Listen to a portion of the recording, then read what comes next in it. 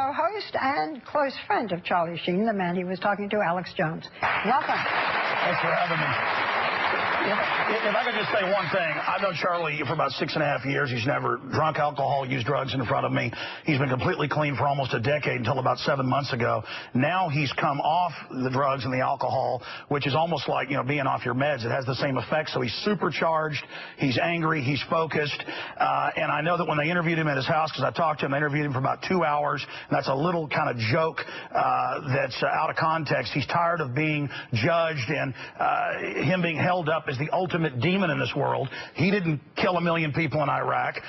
He wasn't involved with the takedown of buildings here in New York. And he thinks there's bigger devils out there than himself. And Chuck Lorre's put out a whole bunch of these cue cards while having management tell him a month ago, if you speak out against 4 episodes being cut, we're going to fire you. Then he starts putting out all of these. Chuck Lorre. He starts putting out. He starts putting out vanity cards, not just on 2.5 Men, but on other shows, saying Charlie Sheen is dead inside and soulless. You didn't show the worst one there, and so Charlie's told, we're tying your hands. Now we're going to beat you up for whatever contract. Let me ask you. So the question that I have is, so you're saying Chuck Lorre started this? With the vanity card. With the vanity. And up front had management, according to Charlie, and I've been there when he's on the phone with his management or his manager comes over. You're talking too fast for me, baby. Slow down. Well, I know we don't have a lot of time. I'm getting it on record. Right. They told him, before he said a word, they said, we're doing this, and if you criticize it, you're going to be fired. And he said, why are you telling me this? I'm going through a hard time right now. But he didn't understand it then. I think they're trying to make him quit or something, so they have to pay out his contract or the $100 million in syndication. I think there's some shenanigans going on here. And then they start putting these things out. Then they start putting these vanity cards out, trying to prod him and push him. Tell people what vanity cards are. I don't think people know. Okay, most shows have a logo at the end, like a little dog or the MGM lion. Chuck Lorre has these big write-ups at the end of his show. And imagine at the end of the show with Charlie Sheen and other CBS shows. This is on air. This is on air, saying this man is soulless. This man is dead inside. Let me ask you this. Do you think, because from that clip that we saw, a lot of people would ascertain, or assume that Charlie was on drugs again. You say he wasn't. Do you think he's taking blood tests? Do you think he's... I've been at his house when they come in, take the blood, take the urine. I take your word. I was there 2 weeks ago. I hear you. Do you think he's manic depressive? I mean, as a friend, do you say, okay, this is something else? You guys are missing the boat. It's not the drugs. He's actually suffering from manic depressive disorder. Let's just remember, Charlie's been a star.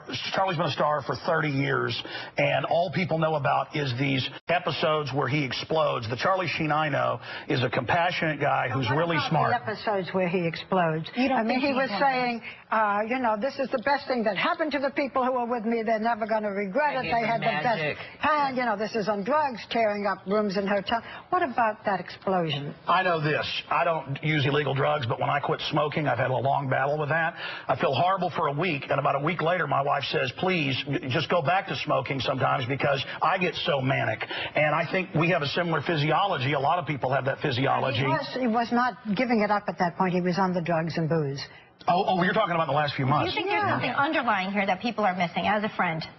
I just think that he's somebody going through a hard time who got clean, and that's why I went out to California to help him. And I know that it's wrong for them to be prodding him, and demonizing him and trying to make him blow up. That's actually what I believe is going on here. They should all just shake hands, bury the hatchet, come together for the crew of 2.5 Men. I want try to support Charlie, but also Chuck Lorre, everybody else, but understand what happened. Okay.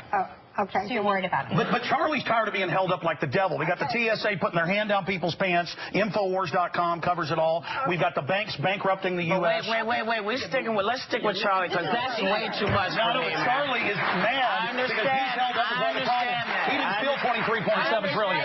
But we're just here to figure out what is happening with Charlie. That's what we're trying to figure out. And he's doing interviews now, so he has a chance to speak for himself. And but they're taken out of context.